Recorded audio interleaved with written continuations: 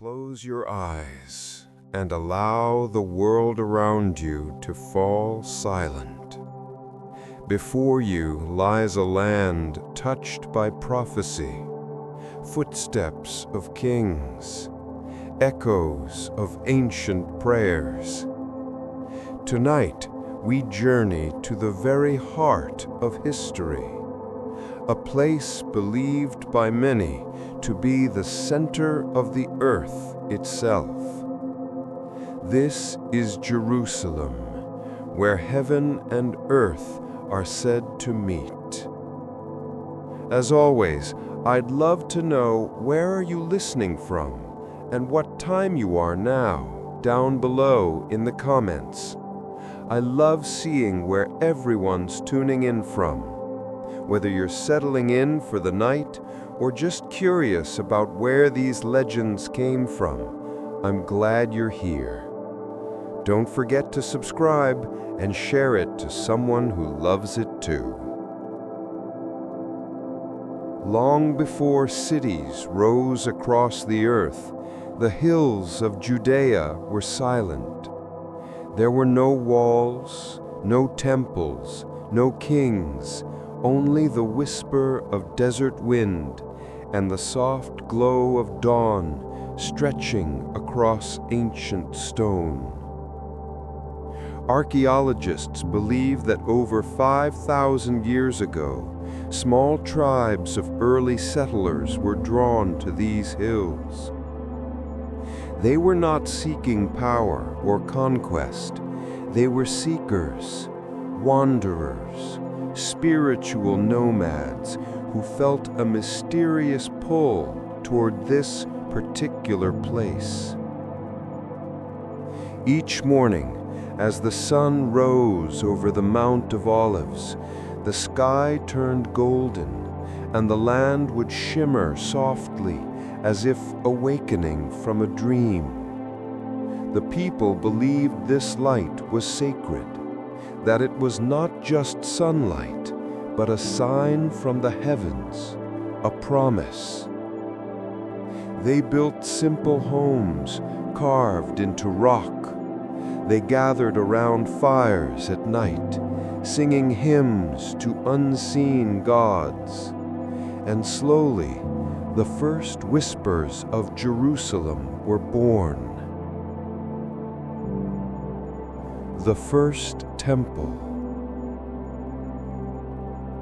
Centuries passed, tribes formed, and among them rose a people who believed this land was promised to them by God.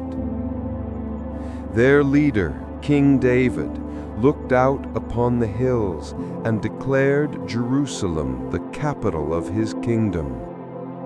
No one could defy him, for it was not just his will, but destiny. His son, Solomon, began to build a temple unlike anything the ancient world had ever seen.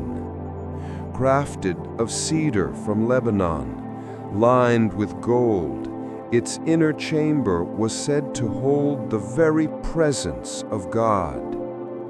As the final stone was placed, the people fell silent, and in that silence came a wind, a sacred wind. Jews would later call this place the navel of the world, the point from which creation began. As generations passed, stories began to form. Stories of a land chosen for a divine purpose. Some believed that Adam, the first man, stood upon this very soil. Others whispered that at the center of these hills was the very spot where creation began. They believed this land was not ordinary. It was a gateway, a thin place where heaven brushed against earth.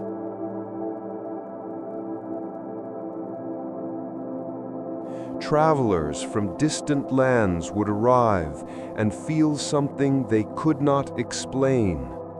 An invisible peace, a sacred presence in the air. And so they stayed. The earliest written records called this land Jerusalem, meaning foundation of peace, or city of Shalem, a god of dusk and twilight. But the name carried more than just peace. It was a promise, a belief that this place would become the spiritual center of the world, not because of its size, not because of its power, but because of its connection to the divine. King David and the City of God. Far from the ancient hills of Jerusalem, in the quiet pastures of Bethlehem, a young shepherd named David walked among his flock. The air was cool, carrying the soft scent of wild herbs, and the sound of distant sheep bells echoed gently across the hills. At night, when the world grew still and the stars shimmered above him, David would lift his eyes to the sky and sing. His voice was calm, filled not with pride or ambition, but with awe and devotion. He sang of creation, of the mysteries of heaven, and of a divine presence he felt deep within his soul. One day, the prophet Samuel arrived in Bethlehem. Guided by divine instruction, Samuel anointed David as the future king of Israel. The moment sacred oil touched David's forehead, he felt a quiet warmth rise through his body, a whisper from the heavens, telling him that his destiny was not merely to rule, but to lead his people to a place of spiritual awakening, a place that had already been chosen long before his birth, Jerusalem. David's journey was not the path of a typical king. Before he wore a crown, he faced trials that would break most men. He stood alone before the giant Goliath, and yet his courage did not come from strength, but from an unshakable faith that he was merely an instrument of something greater than himself. With a single stone, he felled the giant and became a symbol of divine favor across the land. Years passed, and David rose to power. He united the tribes of Israel and sought a capital not for political power, but for spiritual destiny. His heart was drawn to Jerusalem, a small fortified city held by the Jebusites. Many had attempted to conquer it and failed. But David did not see stone walls or armed soldiers. He saw prophecy. He believed Jerusalem was not just a city, it was the very place where heaven touched earth. Under the quiet veil of dawn, David's forces entered the city through ancient water tunnels, capturing it with little bloodshed. David did not conquer Jerusalem as a warrior, but claimed it as a servant of divine purpose. Standing on Mount Zion, he felt the cool wind rise as if the land itself was greeting its chosen king. In that moment, he declared Jerusalem the capital not only of his kingdom, but of his faith. From that day forward, Jerusalem was transformed. It was no longer just a city of stone. It became the city of God, the heart of a spiritual promise, the center point between earth and the heavens. And in David's eyes, it was not his city, but God's dwelling place on earth. As night falls over the ancient hills, the torches of Jerusalem flicker softly.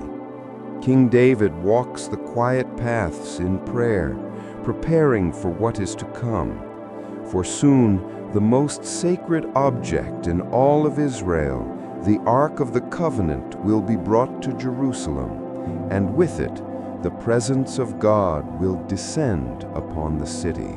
The Ark of the Covenant enters Jerusalem. As dawn broke gently over the hills of Jerusalem, the sky glowed with soft shades of gold and rose. The air was still, as if the world itself was holding its breath. King David stood at the gates of the city, not as a ruler adorned in gold, but as a humble servant preparing to welcome the most sacred object ever known to his people, the Ark of the Covenant. The Ark was no ordinary relic. It was believed to be the earthly throne of God, a vessel that held the stone tablets of the 10 Commandments, carved by the very hand of the divine. Wherever the Ark rested, the presence of God rested with it. Its arrival in Jerusalem would transform the city forever, turning it from a capital of stone into the spiritual heart of the world.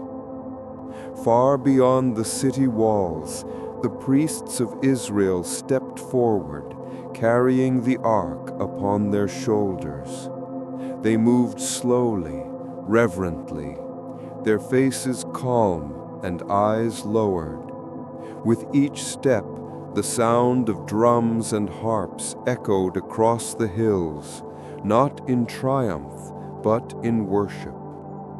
Thousands of people followed behind, singing hymns of joy and awe. Some wept openly, for they believed they were witnessing the fulfillment of an ancient promise, a promise spoken long before their fathers were born.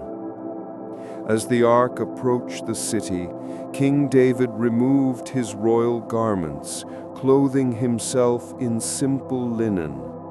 He did not stand upon a throne or raise a sword. Instead, he began to dance with all his heart before the ark, not as a king, but as a worshipper overwhelmed by the glory of God. The people saw this and were deeply moved. In that moment, Jerusalem was no longer divided by tribe or lineage. All stood as one, united by the belief that God had chosen their city to be his dwelling place. The ark entered through the gates of Jerusalem, and the sound of shofars, ancient ram's horns, rose into the sky like a cry of pure devotion.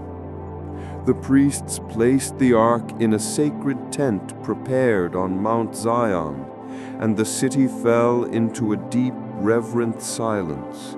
It was said that as the ark came to rest, a warm wind swept through the city streets, carrying with it a feeling of peace so profound that even the birds seemed to quiet their songs in awe. That night, Jerusalem glowed beneath the stars, not with torches alone, but with a sense of holy presence. King David looked upon the ark and felt tears in his eyes. He knew that Jerusalem was no longer just a city of man. It had become the spiritual center of the earth, a bridge between the mortal and the divine. And though empires would one day rise and fall, the sacred light that now rested upon Jerusalem would endure forever. After King David brought the Ark of the Covenant into Jerusalem, he spent many quiet evenings in prayer, gazing toward the sacred tent where the Ark rested. Though he had built a kingdom of strength and unity, his heart longed for something greater, a permanent house where the presence of God could dwell among His people. But one night, the divine voice spoke gently to David's heart, telling him that the task of building this holy sanctuary would not be his to complete. Instead, it would be fulfilled by his son, Solomon, a king who would rule in peace. And so it was that Solomon, a young man blessed with wisdom beyond his years, ascended the throne. Unlike his father, he did not inherit a land divided by conflict, but a nation at peace, ready to build, not to conquer.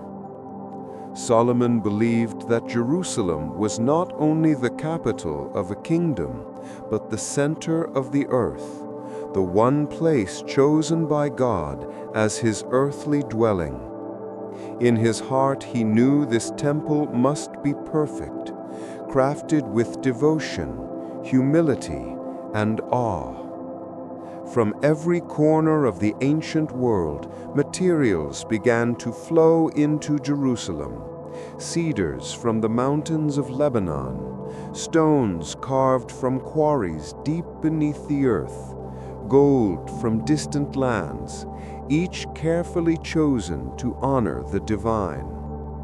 Thousands of workers labored in silence, for Solomon ordered that no hammer or chisel should be heard at the temple site. The stones were shaped in the quarries and brought to the mountaintop in perfect form, as if they had been gently placed there by the hands of angels.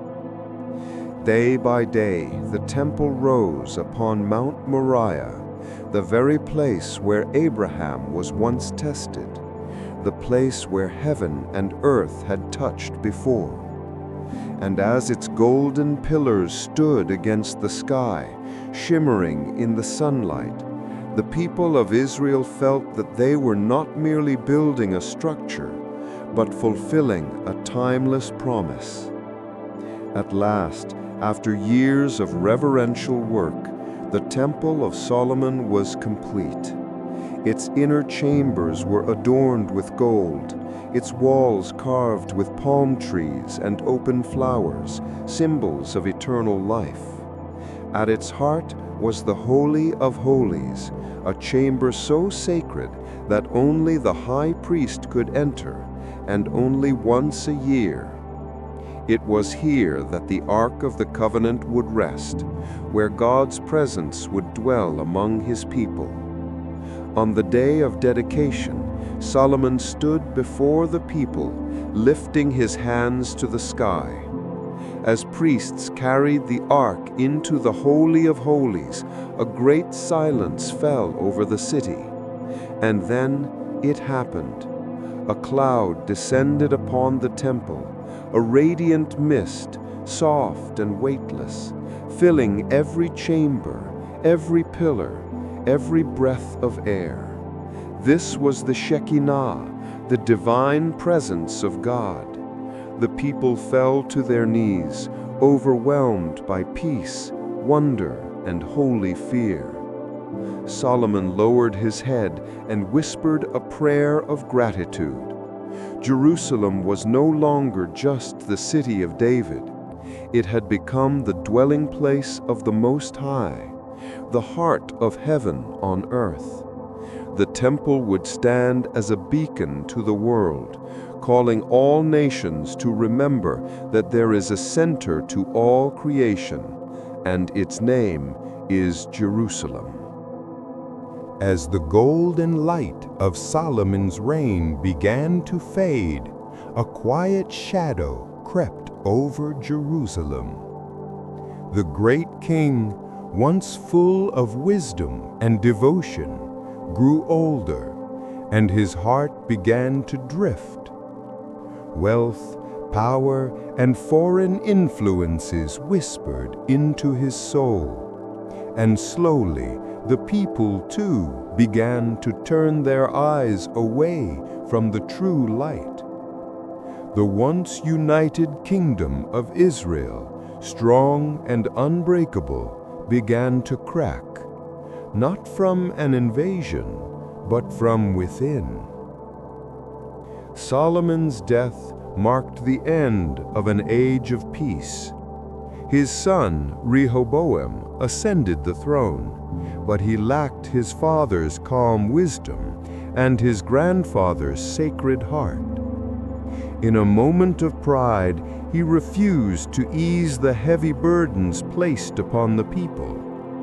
The nation, once bound together in faith, was torn in two.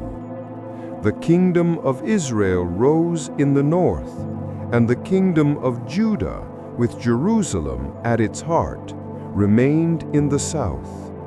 One land, one people, now divided. Years passed. Kings rose and fell like the tides of the sea.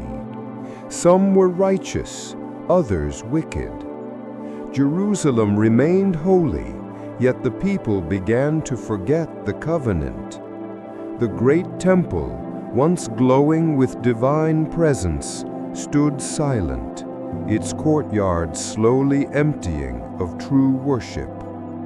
Prophets wept in the streets, calling the people back to righteousness, but their voices were carried away by the wind. Far to the east, a storm was forming. A mighty king named Nebuchadnezzar rose over Babylon, his ambition stretching toward every horizon. His eyes turned toward Jerusalem, the city of God.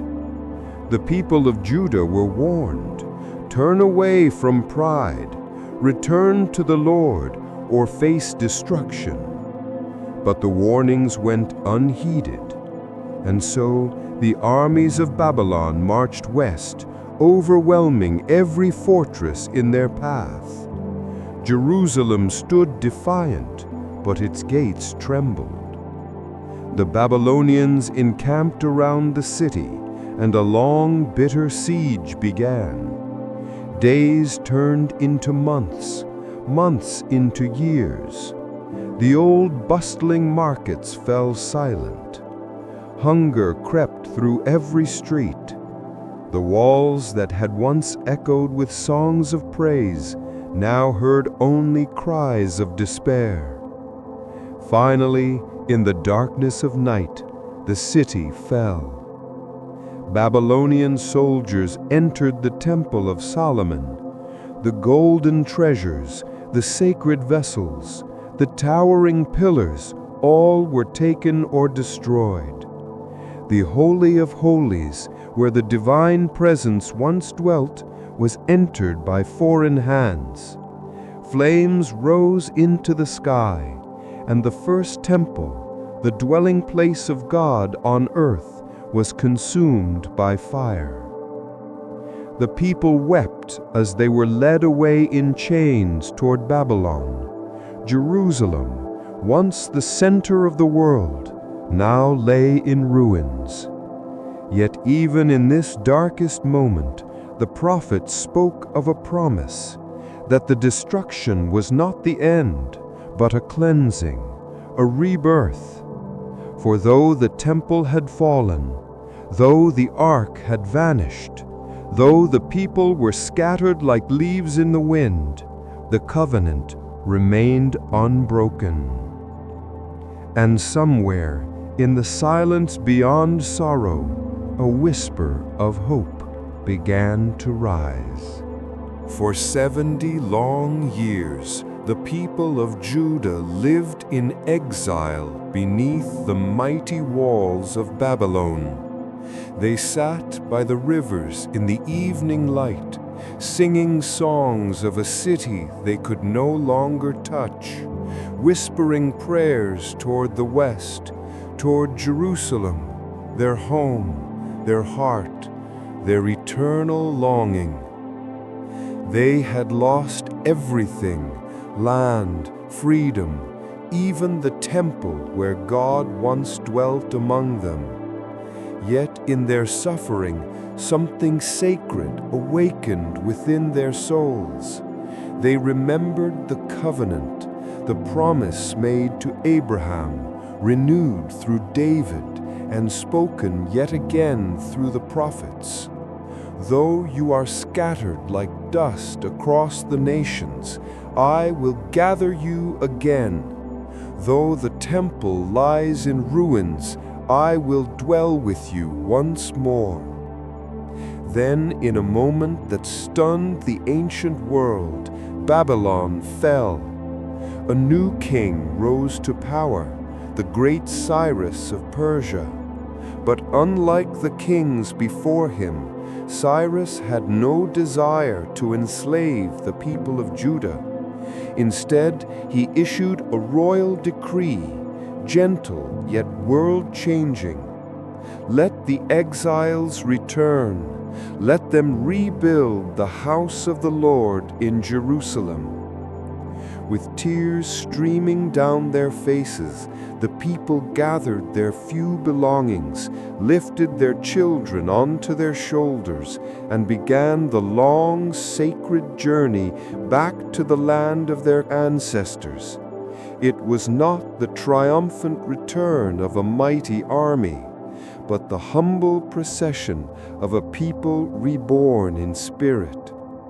As they climbed the hills of Judah, the ruins of Jerusalem came into view, silent, broken, yet still standing like a wounded king awaiting healing. The wind whispered through empty streets, yet there was peace upon the land, as though the earth itself had been waiting for its children to return. Led by men of faith, Zerubbabel, Ezra, and Nehemiah, the people began the work of restoration. They did not start with walls or houses. They began with the altar. There, upon the holy mount where Solomon's temple had once stood, they rebuilt the altar to the Lord. With trembling hands, they offered sacrifices once more. Smoke curled gently toward the heavens, as if the connection between earth and sky had been restored. Then came the foundation stones of the second temple. As they were laid, a strange and beautiful sound arose. The young shouted with joy, celebrating a new beginning. But the old, those who remembered the first temple, began to weep. Their tears were not of sorrow alone, but of deep remembrance, healing, and awe.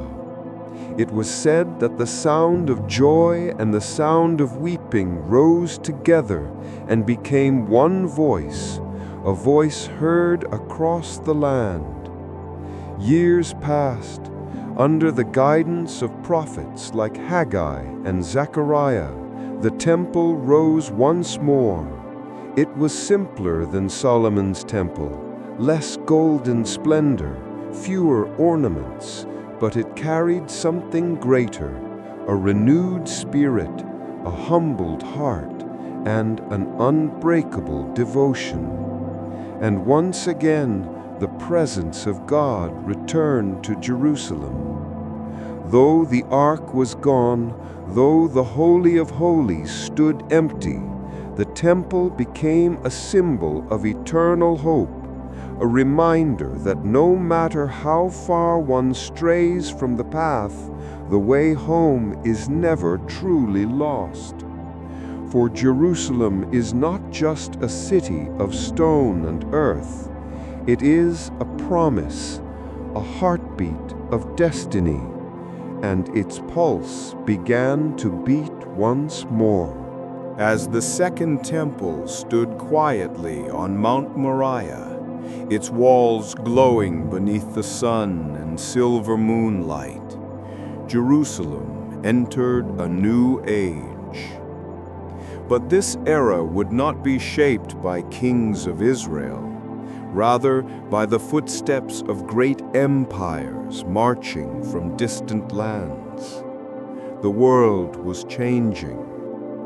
The ancient powers of Egypt and Babylon began to fade, and in their place rose new conquerors who looked upon Jerusalem not only with curiosity, but with strategic desire. From the distant mountains of Macedonia came Alexander the Great, a young warrior with a heart full of ambition and eyes fixed on eternity. He swept across the east like a thunderstorm, conquering kingdoms in days, cities in hours. When he approached Jerusalem, the high priests came to meet him, not with swords, but in sacred robes, carrying the book of Daniel, foretelling the rise of a king like him. Alexander bowed his head in solemn wonder, and for a moment Jerusalem was spared the cruelty of war. But after Alexander's death, his empire shattered into pieces like glass struck by lightning. Jerusalem fell into the midst of their struggle, caught between rival Greek kingdoms. Some rulers allowed the people to practice their faith in peace, others did not. A foreign king named Antiochus IV forced the worship of Greek gods, desecrated the temple, and outlawed the sacred traditions of Israel. Darkness descended. But from the hills of Judea, a family rose in defiance. The Maccabees, fueled not by power, but by faith, led a revolution. Against all odds, they recaptured Jerusalem and purified the temple. They lit the menorah, and though they had only enough oil to burn for one night, the flame continued for 8. This miracle became known as Hanukkah, the Festival of Lights, proof that even in times of deepest shadows, divine light cannot be extinguished. Jerusalem breathed again, but peace, like a gentle breeze, was fleeting. From the west came the sound of marching legions, disciplined, relentless, forged in iron. Rome had arrived. Unlike the empires before it, Rome did not simply conquer land, it sought to absorb it, transform it, impose its own order upon it. The Roman general Pompey entered Jerusalem, and though he respected its sacred legacy, he made one fateful step.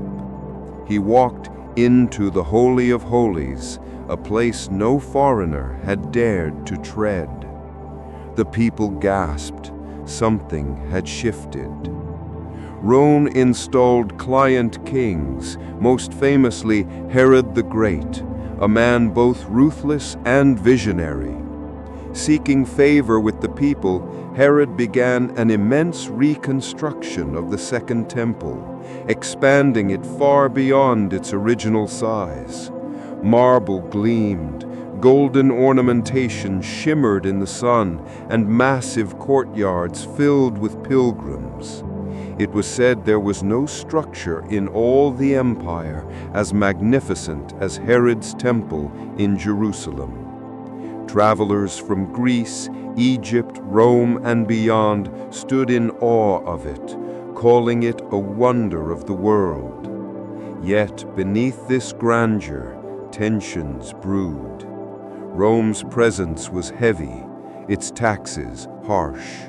Soldiers patrolled the streets, and among the people of Jerusalem, a quiet, growing unrest began to ripple through the air. For in the heart of Jerusalem, under the shadow of the temple's towering gates, something extraordinary was about to unfold, a moment that would change the course of history and forever establish the city as not only the center of the earth, but the center of spirit, faith, and destiny for billions across the world. As the marble stones of Herod's temple gleamed in the rising sun, Jerusalem found itself at the threshold of a mystery greater than any it had ever known. The city, already ancient, seemed to pause, as if heaven itself was holding its breath. Pilgrims from distant lands filled its streets, whispering prayers in countless tongues, seeking healing, guidance, or a sign from God. For centuries, prophets had walked these streets: Isaiah, Jeremiah, Ezekiel, speaking of a time to come. They foretold of a Messiah, a bringer of peace, a light to the nations. The people waited with hope in their hearts, longing not for a conqueror of swords, but for a savior of souls. It was during this time, in the humble towns surrounding Jerusalem, that word began to spread of miracles, of teachings unlike any ever spoken. Crowds gathered around a man from Nazareth, a quiet carpenter, with eyes full of compassion and words that soothed the weary heart. His name was Jesus. He did not arrive in Jerusalem as a warrior on a chariot, but as a gentle teacher riding on a donkey, fulfilling ancient prophecy. The streets trembled with whispers, "Could this be the one?" Some reached out to touch his cloak. Others fell to their knees in tears of joy. Wherever he walked, peace followed. He spoke of love, forgiveness, and a kingdom not built of stone, but of spirit. He taught that the temple was holy, yes, but that the presence of God was also within each living soul. And though some hearts opened like flowers to the morning light, others, threatened by change, hardened like stone. In the quiet courtyards of the temple, beneath the shade of olive trees, Jesus spoke gently to the people. He healed the sick, comforted the broken-hearted, and foretold that Jerusalem's trials were not yet over. His presence stirred the city to awakening, some in devotion, others in unease. Days turned to nights, and the air grew heavy. Tension rose between the teachings of peace and the forces of power.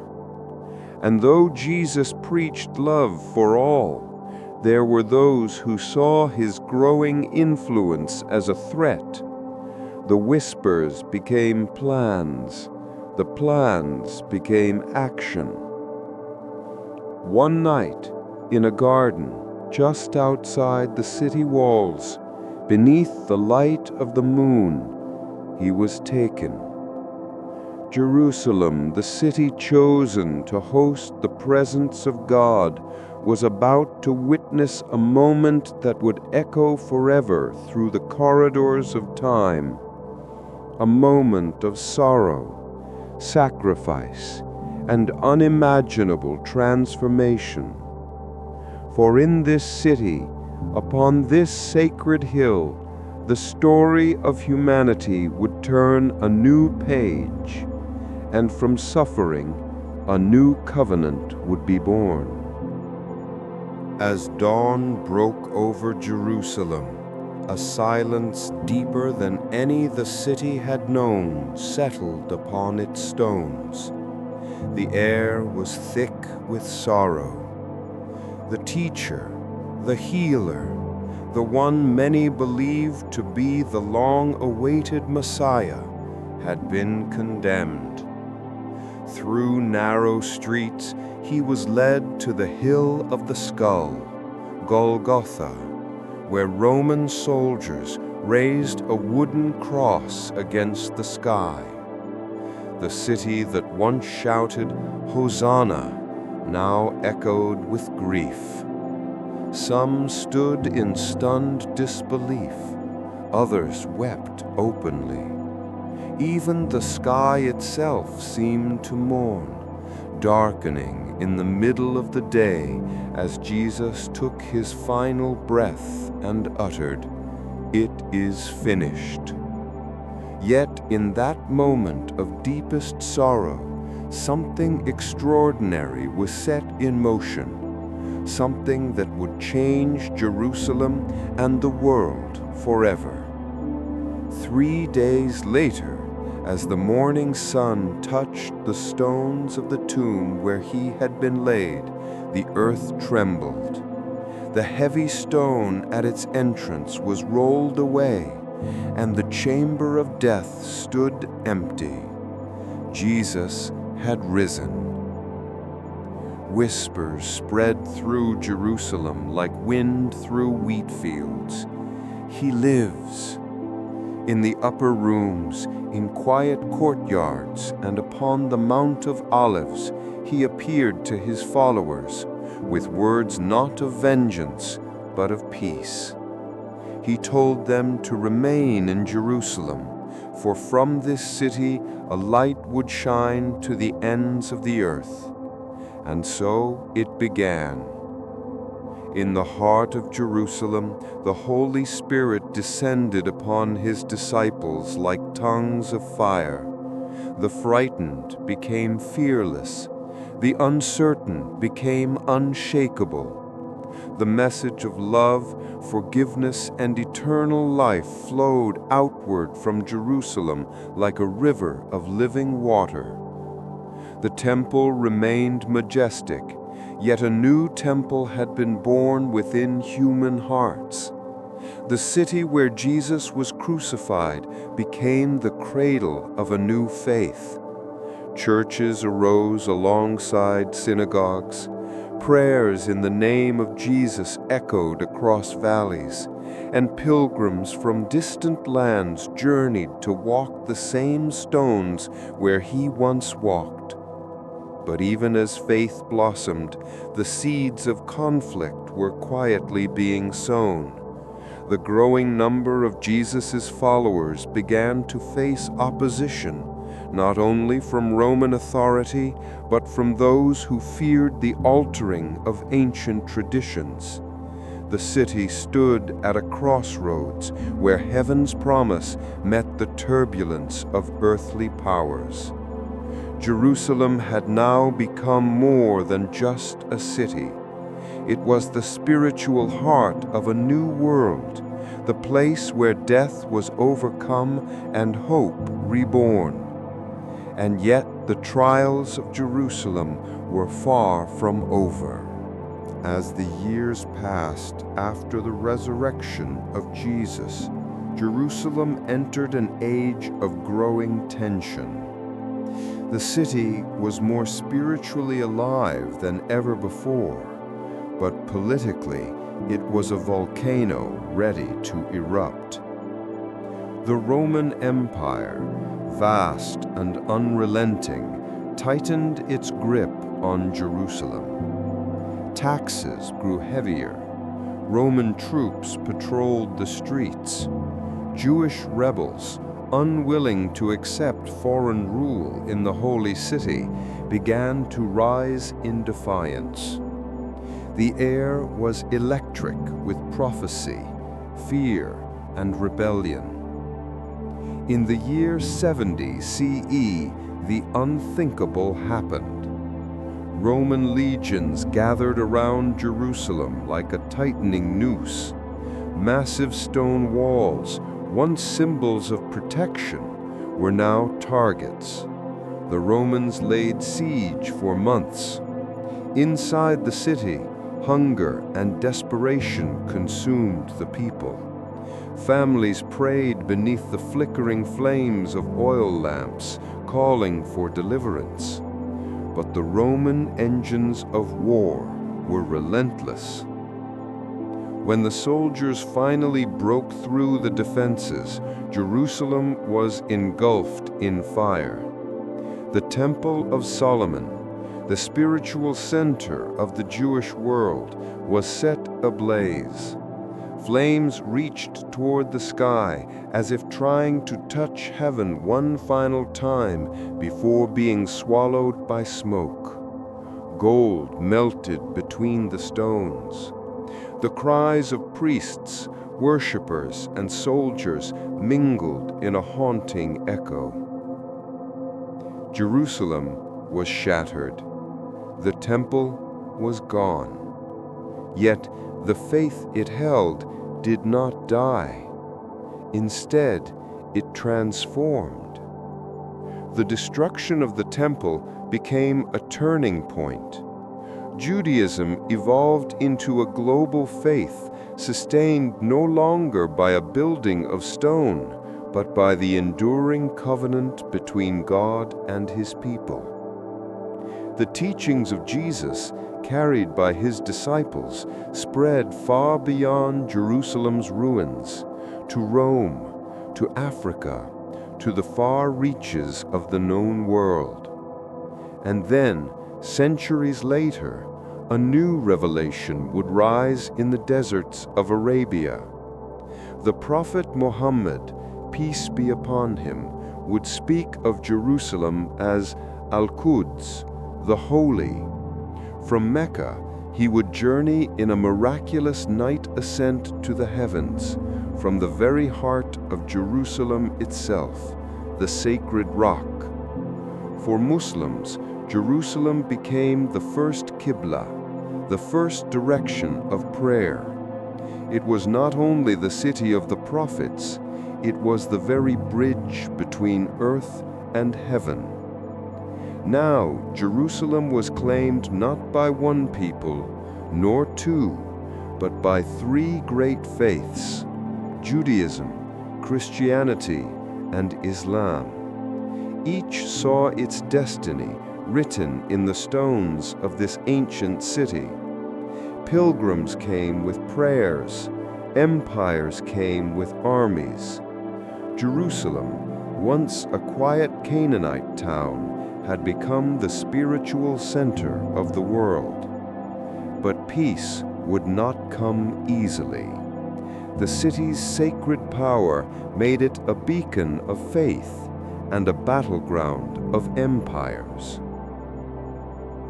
As the sun rose over the vast Arabian desert in the 7th century, a new call was heard across the sands, a message of oneness, mercy, and surrender to the will of God.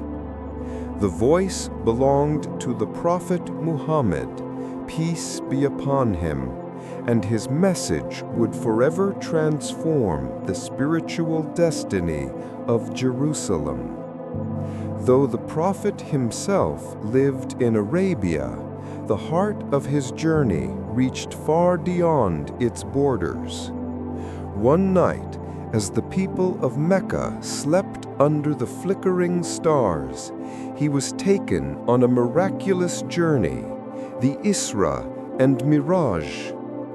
From the sacred mosque in Mecca, he was transported by night to the noble sanctuary in Jerusalem, and from there ascended to the heavens. He stood among the spirits of the prophets, Abraham, Moses, Jesus, and led them in prayer, symbolizing Jerusalem as the unifying heart of divine revelation. This moment marked Jerusalem not just as a holy city, but as the meeting place of heaven and earth. After the passing of the Prophet, the caliphs, rulers of the new Islamic world, turned their hearts and eyes toward Jerusalem. Under the leadership of Caliph Umar ibn al-Khattab, The city was approached not with swords drawn in conquest, but with a promise of peace. As Umar entered Jerusalem, he wore no crown of gold, no robe of silk. He came in humility, dressed simply, walking among his people. The patriarch of the city met him with keys to Jerusalem, not in fear, but in recognition, knowing that Umar's rule would be just. Umar refused to pray inside the Church of the Holy Sepulchre, saying gently, "If I pray here, future generations may try to take this place from you." Instead, he prayed on open ground nearby, land that would one day become the Al-Aqsa Mosque. Upon the sacred rock where Abraham was said to have prepared the sacrifice and from where the prophet ascended, the caliphs built a magnificent shrine, the Dome of the Rock. Its golden crown rose like a sun above Jerusalem, reflecting the light of divine unity. Under Islamic stewardship, Jerusalem entered an era of coexistence. Jews were welcomed back into the city after centuries of exile. Christian holy sites were protected. Pilgrims of all three faiths walked its streets, their prayers rising together like incense into the sky. For a brief, shining moment, Jerusalem became not a city of conflict, but a city of peace, Al-Quds, the Holy. Yet the world beyond its walls was changing. Far to the west in Europe, knights began to gather. Whispers of a new holy war stirred across distant lands. The tranquility of Jerusalem would soon be tested by the storm of the Crusades. Jerusalem had known peace under the caliphs, its sacred streets alive with scholars, merchants, and pilgrims from distant lands. But across the Mediterranean Sea, in the kingdoms of Europe, a storm had begun to gather. Word had spread of the holy city under Muslim rule, and in the hearts of kings and knights, a fire was lit, fueled not by understanding, but by zeal. It was the year 1095 when Pope Urban II issued a call that echoed across cathedrals and marketplaces alike. Deus vult, God wills it. Noblemen and peasants, warriors and wanderers, all were urged to take up the cross and travel to the east to reclaim Jerusalem in the name of Christendom.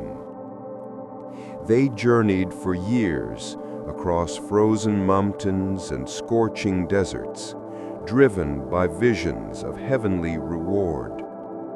And when at last they stood before Jerusalem, their armor stained with dust and war, a heavy silence fell over the land. For on the other side of the walls, the defenders of the city, Muslim, Christian, and Jewish alike, prayed for deliverance. The siege began. Days turned into weeks. The Crusaders built towers of wood and stone. They pounded the gates, tore through the walls, and when at last they breached the city in 1099, the calm that had reigned was shattered in a wave of fire and steel. Jerusalem wept. Temples were emptied. Sanctuaries were claimed. The streets that once echoed with prayers now echoed with the clash of swords. For nearly 90 years, Jerusalem became the capital of a Latin kingdom, a crusader realm built on the ruins of ancient faith. Church bells rang from the Tower of David. European knights ruled from stone halls draped in silk and banners. Pilgrims once again flocked to the city, but now it was a fortress, guarded by men who believed they were fulfilling divine destiny through the sword. Yet beneath this rule, the memory of Jerusalem as a city of peace did not fade. In the courts of Damascus, in the tents of the desert, a name began to rise, a name that would soon change the fate of the holy city. Salah ad-Din Yusuf ibn Ayyub, known in the West as Saladin, a man of courage but also mercy, a warrior but also a guardian of sacred trust.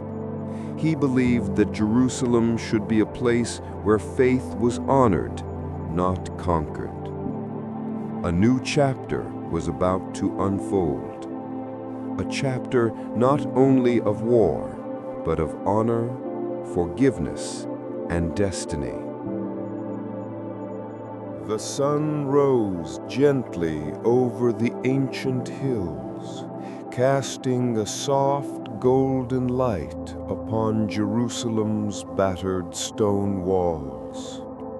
The city had endured decades under Crusader rule, its sacred places divided, its people living beneath foreign banners. Yet across the deserts of Egypt and the mountains of Syria, a new figure had risen, Salah ad-Din, known simply as Saladin. He was not a conqueror driven by greed, nor a king chasing earthly glory. He was a man of deep faith, calm dignity, and unshakable resolve. Saladin believed that Jerusalem was not a prize to be taken, but a trust to be restored, a sacred house of God that should be open to all who come in peace. As his forces gathered outside the city walls in 1187, there was no frenzy of war, no shouts of vengeance.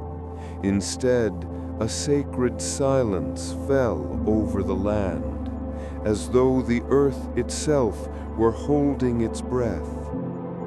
Inside the city, the Crusaders prepared for a desperate defense, but they knew the time of their rule had passed. The banners of Europe were fading. Jerusalem was ready to return to its destiny. When Jerusalem's rulers finally surrendered, they braced for destruction. But Saladin did not order bloodshed. There was no massacre, no burning, no revenge. Instead, he decreed safe passage for the Crusaders to leave the city unharmed. Women, children, the elderly, all were protected. Where once there had been conquest, now there was compassion. Saladin walked barefoot into the holy city as a servant of God, not a triumphant warrior. The streets that had seen so much bloodshed now echoed with prayers of gratitude. He restored the Al-Aqsa Mosque and cleansed the Dome of the Rock, not with force, but with reverence and tears. Under his rule, Jews were welcomed back, Christians were free to worship, and Muslims prayed once again beneath the golden dome that shimmered like a rising sun. Jerusalem, for a moment in time, had returned to its true calling, a city of the Spirit, a sanctuary of peace. Travelers from distant lands wrote of Saladin's mercy with astonishment. Even his enemies praised him as a king of honor, a warrior of light. In a world torn by war, Saladin became a symbol of what Jerusalem could be when ruled with justice and humility. But the peace he forged was fragile. To the west, new armies were gathering. Kings of Europe, angered by the loss of Jerusalem, began preparing yet another holy war. The Third Crusade was coming, and once again, the holy city would become the center of the world's destiny. As the centuries turned and empires rose and fell, Jerusalem once again found itself at the heart of a great transition. In the year 1517, the mighty Ottoman Empire, under the leadership of Sultan Selim I, entered the city. But unlike many conquerors of the past, the Ottomans brought not destruction, but remarkable stability. From the very moment Sultan Selim set foot in Jerusalem, he bowed his head in reverence, declaring the city not just a jewel of his empire, but a sacred trust from God. He ordered the protection of all holy sites, Islamic, Christian, and Jewish, and swore that Jerusalem would be preserved as a city of spiritual harmony. Under Ottoman rule, the city entered one of its longest eras of peace. Pilgrims once again flowed through its gates, the streets filled with merchants, scholars, and mystics from distant lands, Persia, Arabia, Greece, Armenia, and beyond. Jerusalem became a living tapestry of languages, prayers, and ancient traditions. Perhaps the most beloved ruler of this era was Suleiman the Magnificent, a man whose very name echoes with greatness. It was Suleiman who restored the ancient walls of Jerusalem, the very same walls that still stand today, circling the city like the arms of time itself. He repaired fountains so pilgrims would never thirst. He rebuilt markets so families could prosper. And most importantly, he declared that all people of every faith would be free to worship God in their own way, in their own sacred spaces. Under his guidance, the city once again became a beacon of tolerance. Within the Jewish quarter, families lit candles on the Sabbath. In the Christian quarter, church bells rang softly in the cool evening air. And from the Haram al-Sharif, the call to prayer rose gently over domes and rooftops, like a lullaby drifting into the night. For nearly 4 centuries, the Ottomans kept Jerusalem safe. Wars raged beyond its borders, kingdoms changed hands, and the world entered a new modern age. But Jerusalem remained a quiet spiritual heart, beating steadily in the center of the world. Yet, as time passed, cracks slowly began to appear. The empire, once full of vigor, began to weaken. European powers turned their eyes once more to the east. New ideologies emerged, whispering of nationhood, identity, and land. Jerusalem's long peace was coming to an end. Soon, the Great War would erupt across continents, and with it, the ancient city would be thrust into modern conflict, awakening forces that would shape the destiny of the world we live in today. The year was 1917. Across the world, thunder echoed from cannon fire. Skies darkened with smoke, and nations trembled as the Great War reshaped the earth. Far from the trenches of Europe, in the quiet hills of Jerusalem, an ancient city held its breath, for the world was changing, and its destiny was about to take a new path. For 4 centuries, the Ottomans had guarded Jerusalem. But their empire, once vast and powerful, was exhausted, weakened by war, hunger, and internal decay. Armies closed in from the Sinai Desert, and leading them was a British general, Edmund Allenby, a man who understood Jerusalem was not a city to be conquered with pride, but to be approached with humility. As the Ottoman forces withdrew, no battle erupted in the holy city. No fires were lit. No cries of war filled the air. Instead, on a quiet December morning, General Allenby approached Jerusalem's gates and refused to ride in on horseback. He dismounted, removed his cap, and walked in on foot out of respect, for he believed no man should ride where prophets once walked. For the first time in centuries, the city passed into the hands of a new ruler without bloodshed.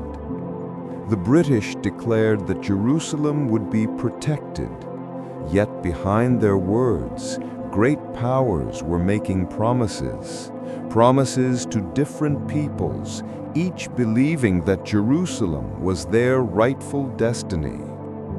To the Jewish people, many still scattered across the world, the British issued the Balfour Declaration, expressing support for a national home in the land of their ancestors.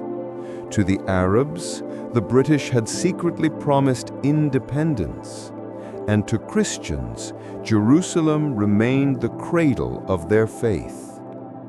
Jerusalem once again became the beating heart of global attention, not with swords and spears, but with documents, diplomacy, and dreams. As night fell upon the city, its stones glowed beneath the moonlight. The world outside was roaring with tanks and airplanes, but Jerusalem remained still, floating between past and future. The old Ottoman era had ended. A new age, one of promises, tension, and prophecy, had begun. In the shadows of its holy walls, whispers of destiny stirred. The question now was not who held Jerusalem, but who would shape its future.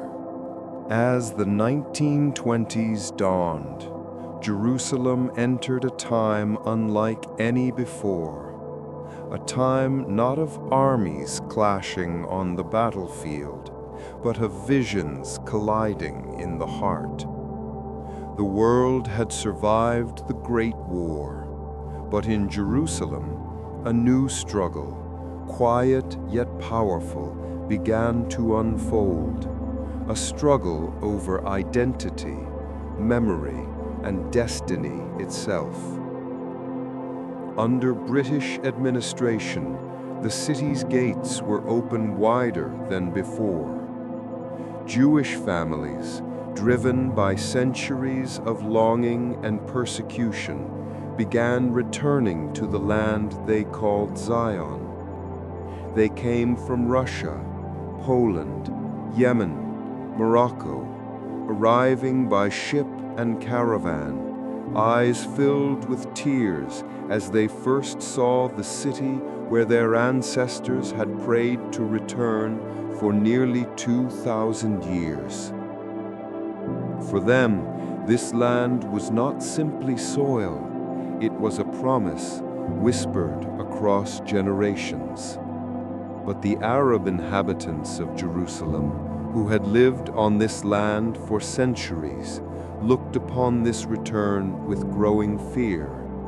They too held Jerusalem in their hearts as a sacred trust. They believed they were its rightful caretakers, and that a great change was coming, a change that could push them aside. And so, two dreams began to rise, each ancient, each holy, yet each unable to exist without challenging the other. In the narrow streets of the old city, tensions simmered quietly. A prayer said in one language echoed differently in another. A flag raised on one rooftop felt like a warning to another. Yet the stones of Jerusalem listened in silence as they had done for thousands of years, carrying the weight of human hope and sorrow in every grain. British soldiers patrolled the holy city, trying to balance peace between two peoples destined to collide. They set new rules, drew new lines, held meetings, and issued statements. But beneath these gestures, something deeper was waking, a sense that the fate of Jerusalem would soon be decided not by empires, but by its people. In cafes and marketplaces, whispers grew louder. Who does Jerusalem belong to? Can two nations, two faiths, two destinies share one sacred city? Or would the city once again witness fire and tears? As night descended, lamps flickered within ancient courtyards. The call to prayer rose softly in the distance. From hidden rooms, Hebrew prayers were spoken with renewed urgency. Church bells mingled faintly in the cool evening air. Three faiths, two peoples, one city, and the world watching. Soon, the streets of Jerusalem would no longer carry quiet footsteps. They would echo with marches, protests, and the first sparks of a modern conflict that would change the Middle East forever.